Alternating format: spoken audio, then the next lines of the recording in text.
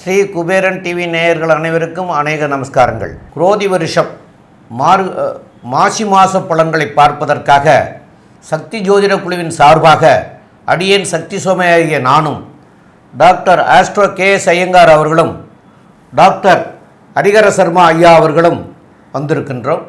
மாசி மாத பலன்களை பற்றி ஐயா கிரக நிலவரம் எப்போலேருந்து தொடங்குது, மாசி மாதம் எப்போ தொடங்குது, எப்போ இந்த கிரக நிலையெல்லாம் எப்படி இருக்குன்னு ஐயா சொல்லுவாங்க. அனைவருக்கும் ஹரிஹர சர்மாவின் பணிவான நமஸ்காரங்கள். நாம் ஒவ்வொரு மாதமும் மாத பலன்கள் பார்த்துட்டு இருக்கிறோம். அதே போல் வருஷ பலன்கள் பார்த்துட்ருக்குறோம். அதே போல் ஒவ்வொரு கிரக பயிற்சி பலன்களும் பார்த்துட்ருக்குறோம். அதுபடி பார்க்கும்பொழுது நாம் இப்போ பார்க்க போகிறது மாசி மாத பலன்களை பார்க்க போகிறோம்.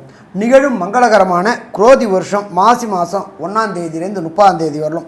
ஆங்கில தேதி அப்படின்னு எடுத்துட்டோம்னாக்கா 13/2/2025 அன்னைக்கு குருவாரம், அதாவது வியாழக்கிழமையிலேருந்து 14/3/2025 வெள்ளிக்கிழமை முடியுது. ஆரம்பிக்கிற நாளே குருவாரத்துலேயும் முடிகிற நாள் சுக்கிரவாரத்துலேயும் அற்புதமான இந்த மாசி மாதம் பிறக்குது. இந்த மாசி மாதத்தில் பொறுத்தளவுக்கு என்னென்ன விசேஷ தினங்கள் இருக்குது அப்படின்றத ஃபஸ்ட்டு பார்ப்போம். ஒவ்வொரு மாதமும் விசேஷ தினங்கள் வரும். இந்த மாதத்துக்கு உண்டான விசேஷ தினங்கள் அப்படின்றத பார்க்கோம் அப்படின்னாக்க 25/2/2025 காஞ்சி ஸ்ரீ மகாபரிவாளன் அழைக்கப்படுகின்ற ஜெயேந்திர சரஸ்வதி சுவாமிகளுடைய ஜெயந்தி விழா அன்னைக்கு. அதுக்கு அடுத்தது பார்த்தோம்னாக்க 26/2/2025 எல்லா சிவராத்திரிலையும் வசந்த சிவராத்திரி அப்படின்றது மாசி மாதத்தில் வர மகா சிவராத்திரி, ரொம்ப வசந்த சிவராத்திரி.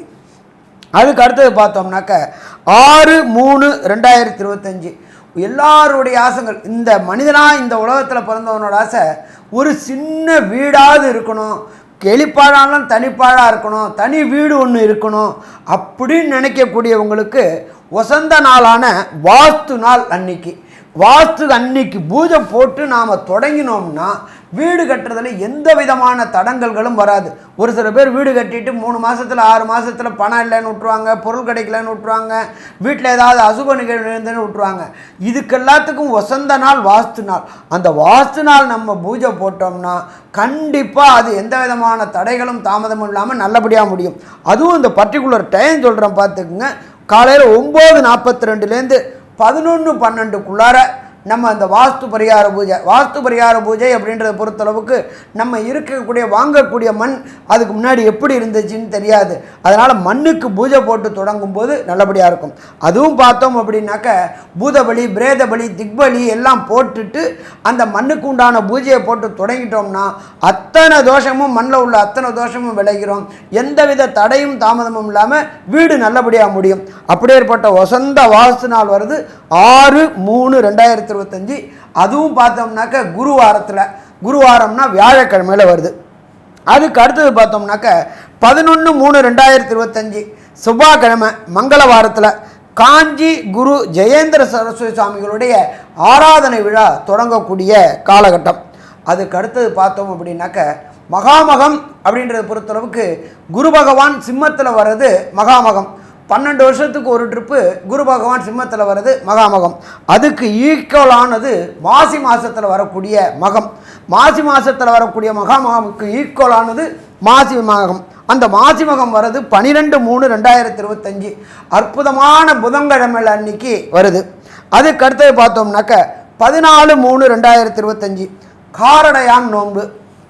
கட்டிய கணவருக்கு எந்த விதமான பங்கமும் இல்லாமல், நோய் நொடி இல்லாமல், உயிருக்கு எந்த ப்ராப்ளமும் இல்லாமல் பெண்கள் கொண்டாடக்கூடியது அப்படின்றது காரடையான் நோன்பு. இந்த காரடையான் நோன்பை பொறுத்தளவுக்கு எந்த டயத்தில் கொண்டாடணும் அப்படின்னு பார்த்தோம்னாக்க மாலை வேளையில் 6:14க்கு அப்புறம் கொண்டாடினோம்னாக்க மிக சீரும் சிறப்புமாக இருக்கும். அதுக்கு அடுத்தது பார்த்தோம்னாக்க 13/3/2025 ஒருத்தருக்கு ஒருத்தர் கலர் பொடிகளை, வண்ணப்பொடிகளை தூவி சந்தோஷமாக இருக்கக்கூடிய நாள் அப்படின்றது ஹோலி பண்டிகை அப்படின்றது இந்த 13/3/2025 ஹோலி பண்டிகை. இப்படி இந்த மாதத்தில் மாசி மாதத்தில் இவ்வளோ விசேஷ தினங்களோடு தொடங்குது. இதை தவிர பார்த்தோம்னாக்க இந்த மாசி மாதத்தில் கிரக நிலவரம் எந்தெந்த ராசியில் என்னென்ன கிரகங்கள் இருக்காங்க அப்படின்றத பார்ப்போமா. காலபுருஷ தத்துவத்தின்படி 2ஆம் வீடான ரிஷபத்தில் குரு பகவான் இருக்கார். இந்த குரு பகவானை பொறுத்தளவுக்கு கடந்த காலகட்டங்களில் வக்ரகதியாகி பலம் இழந்து இருந்தார். இப்போ வக்ர நிவர்த்தியாகி பலம் பெற்று இருக்கிறார் ரிஷபத்தில். அதுக்கு அடுத்தது பார்த்தோம்னாக்க மிதுனத்தில் செவ்வாய் பகவான் வக்ரகதியில் இருக்கிறார். அதுக்கு அடுத்தது பார்த்தோம் அப்படின்னாக்க கேது பகவான் காலபுருஷ தத்துவத்தின்படி 6ஆம் இடமான கன்னியில் கேது பகவான் இருக்கார். அதுக்கு அடுத்தது பார்த்தோம்னாக்க காலபுருஷ தத்துவத்தின்படி 11வது வீடான கும்ப வீட்டில் புத பகவான், சூரிய பகவான், சனி பகவான் சேர்ந்து இருக்கிறாரு. இந்த புத பகவானை பொறுத்தளவுக்கு 26/2/2025 அவர் மீனத்துக்கு மாறுறாரு. அதுக்கு அடுத்தது பார்த்தோம்னாக்க அந்த புத பகவானும் வக்ரகதி அடைகிறாரு. எப்போ வக்ரகதி அடைகிறாரு அப்படின்னு பார்த்தோம்னாக்க 9/3/2025 வக்ரகதி அடைகிறாரு. இதை பொறுத்தளவுக்கு அதை தவிர செவ்வாய் பகவானை பொறுத்தளவுக்கு வக்ர நிவர்த்தி அடைகிறது 21/2/2025. அதே போல் சுக்கிர பகவான் வக்ரகதி அடைகிறது 4/3/2025. 4/3/2025 சுக்கிர பகவான் மீன ராசியில் ராகு கூட சேர்ந்து வக்ரகதி அடைகிறாரு. இப்போ இதில் பார்த்தோம்னாக்க இந்த இடத்துல பார்த்தோம்னாக்க குருவும் சுக்கிரனும் பரிவர்த்தனை யோகம் பெற்றிருக்கிறாங்க. பரிவர்த்தனை யோகம் அப்படின்னு பார்த்தோம்னாக்க அவங்கவுங்க வீட்டில் ஆட்சி செலுத்தக்கூடிய யோகம் அப்படின்னு சொல்லலாம். அதை தவிர 3 கிரகங்கள் வக்ரகதியில் இருக்கிறாங்க. அவங்கள பொறுத்தளவுக்கு சுக்கிர பகவான் வக்ரகதி, செவ்வாய் வக்ரம் நிவர்த்தி அடைஞ்சிடுறாரு, புத பகவான் வக்ரகதி அடைகிறாரு. அப்போ இதே மாதிரி உள்ள இனிமையான சூழ்நிலையில் இந்த மாசி மாதம் பிறக்குது. இப்போ இந்த மாசி மாதத்தில் பொறுத்தளவுக்கு ஒவ்வொரு மாதத்துக்கும் ஒவ்வொரு ராசிக்கும் என்னென்ன நற்பலன்கள் என்னென்ன கெடுபலன்கள் உள்ளது அப்படின்றத நாங்கள் 3 பேர் இப்போ டிஸ்கஸ் பண்ண போகிறோம். அந்த டிஸ்கஸை உங்களுக்கு தரோம். நல்லது, நமஸ்காரம். மகரம், உத்திராடம், திருவோணம், அவிட்டம் இந்த 3 நட்சத்திரம் 9 பாதங்களை கொண்ட ராசி. ராசியின் அதிபதினு சொல்லக்கூடியவர் சனி பகவான். உங்களுடைய ராசிக்கு 2ஆம் இடத்துலே இருக்கார்.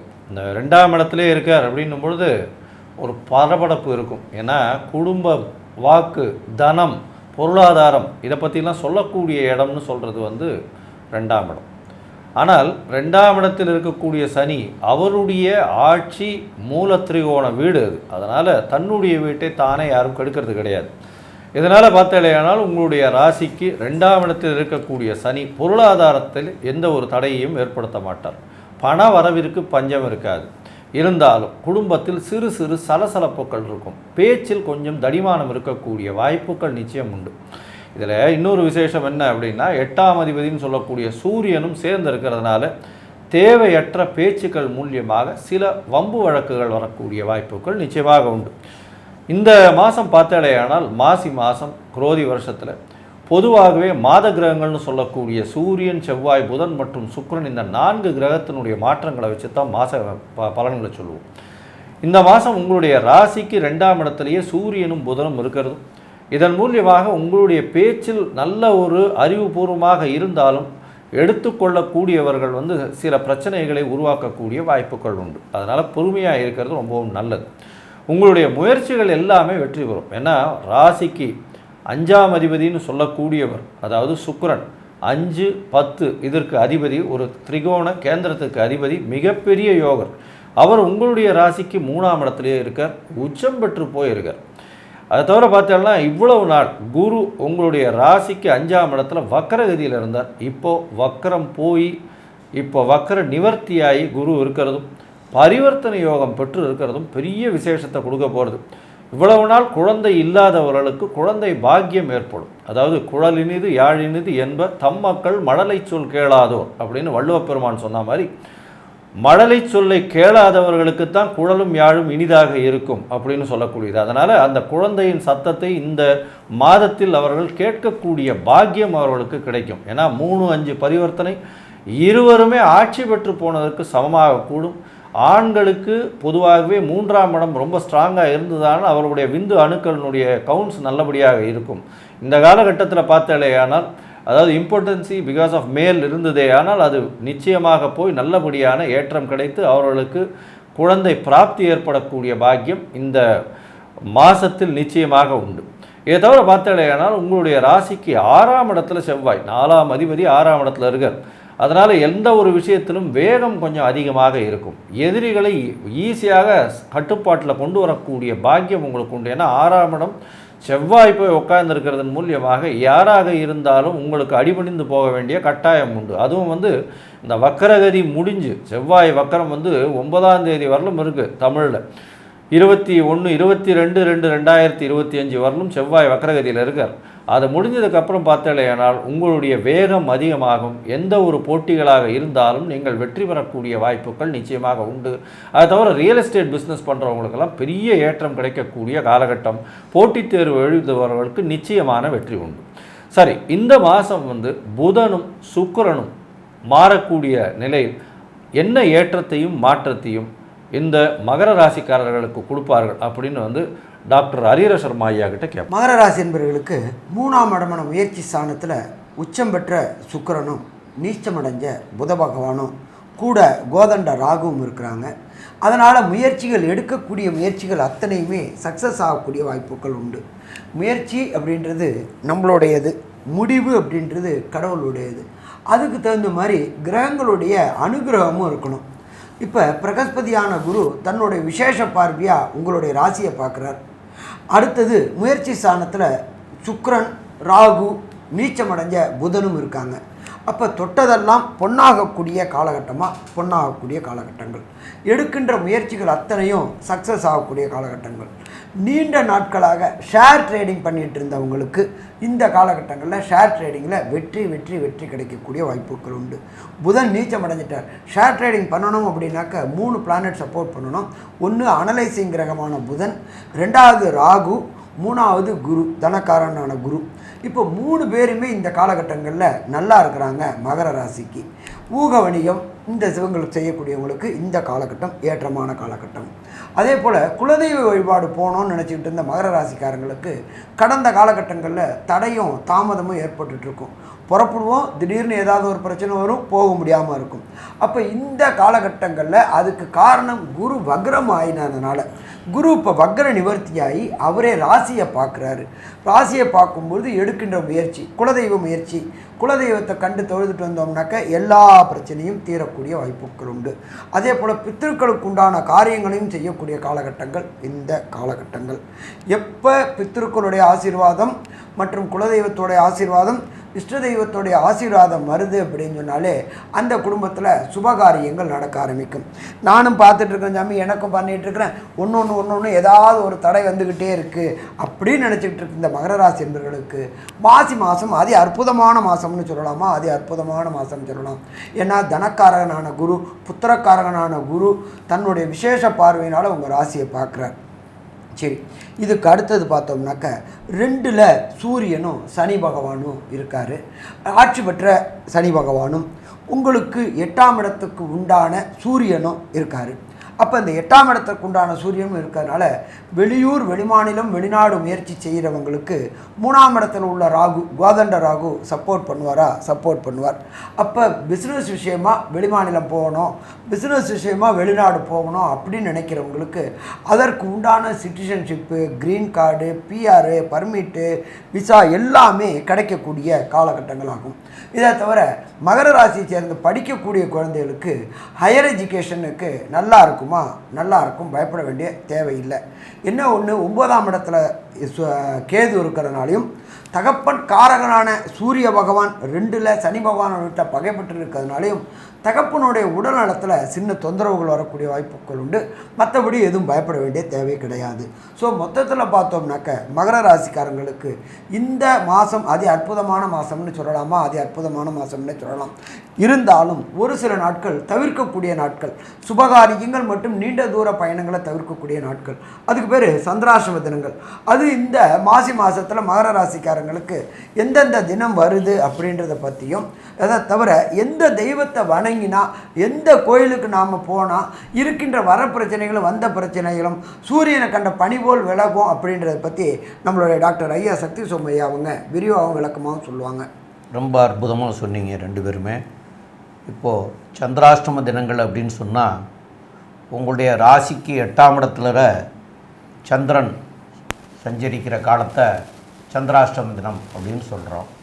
அந்த சந்திராஷ்டமங்கிறது சந்திரன் சஞ்சரிக்கிறதுனால 8ஆம் இடத்துல 8ஆம் இடங்கிறது மறைவிட ஸ்தானம். அப்போ மறைவிட ஸ்தானத்தில் சஞ்சரிக்கிற போது உங்களுடைய மதியினுடைய செயல்பாடு குறைஞ்சிரும் அப்படிங்கிறது தான் அதனுடைய கணக்கு.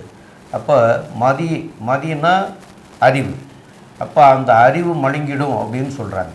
அதனால தான் அந்த நாட்களில் நாம் எதையாவது யோசித்து செய்கிறது தவறான முடிவுகளை எடுக்கக்கூடிய சூழ்நிலைகள் வந்துடும். அதனால் வேண்டாம் அப்படிங்கிறதும், அதேமாதிரி பயணங்களும் செய்ய வேண்டாம் அப்படிங்கிறதையும் நம்மளுடைய முன்னோர்கள் சொல்லிட்டு போயிருக்கிறாங்க. அப்போ அந்த நாட்களை தவிர்க்கணும். அந்த நாட்கள் உங்களுக்கு எந்த நாட்களாக இந்த மாசி மாதத்தில் வருது அப்படிங்கிறத முதல்ல பார்ப்போம். அப்போ மகர ராசிக்காரர்களுக்கு 13/2/2025 வியாழக்கிழமை அன்னைக்கு காலையிலே தொடங்கிடுது. 14/2/2025 வெள்ளிக்கிழமை, 15/2/2025 சனிக்கிழமை காலையில் 5:36 வரைக்கும் இருக்கிறது. அது போக 12/3/2025 புதன்கிழமையும் 13/3/2025 வியாழக்கிழமை அன்னைக்கு உங்களுக்கு 14/3/2025 வெள்ளிக்கிழமை 1:02 வரைக்கும் இருக்குது. இந்த 6 நாட்கள் வருது.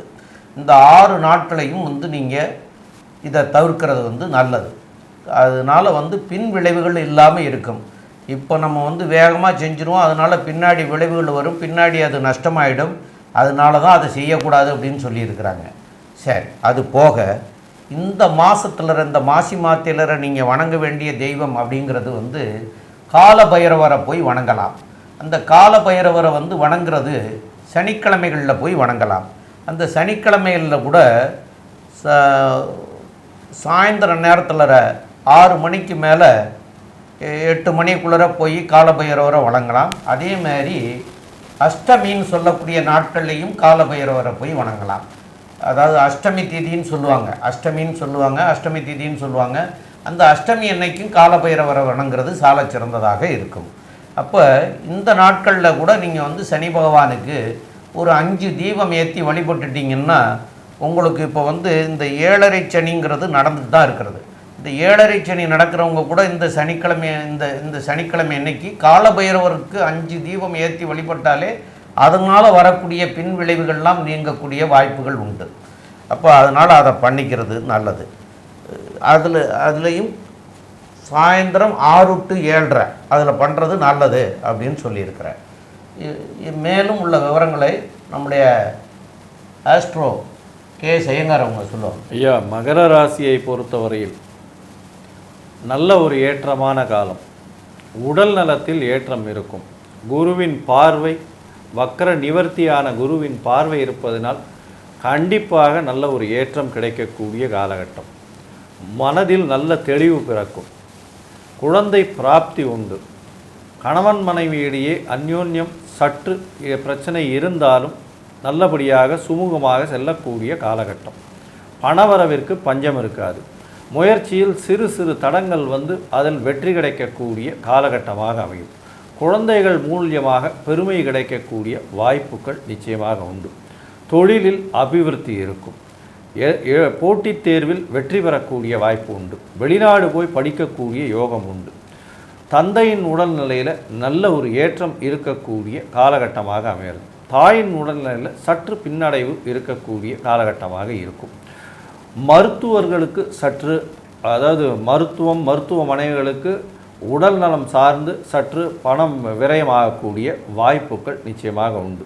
ரியல் எஸ்டேட் செய்பவர்கள், எண்ணெய் மற்றும் இரும்பு மற்றும் துப்புரவு பணி மேலாளர்கள், அரசியல் செல்வாக்கு, கேமராமேன், அதை தவிர அரசு காவல்துறை, சட்டம் ஒழுங்கு, இந்த மாதிரியான துறையில் இருக்கவங்க, அதை தவிர வக்கீல், ஜட்ஜஸ், இவங்களுக்கெல்லாம் பெரிய ஏற்றம் கிடைக்கக்கூடிய மாதமாக இந்த குரோதி வருஷம் மாசி மாதம் அமையுது அப்படின்னு இந்த சக்தி ஜோதிட குழு சொல்லுது. நன்றி, நமஸ்காரம். ஸ்ரீ குபேரன் டிவியை பார்த்தமைக்கு நன்றிகள். மேலும் இது போன்ற தகவல்களை தெரிந்து கொள்ள ஸ்ரீ குபேரன் டிவியை சப்ஸ்கிரைப் செய்யுங்கள். மறக்காமல் பெல் ஐக்கானை கிளிக் செய்யுங்கள்.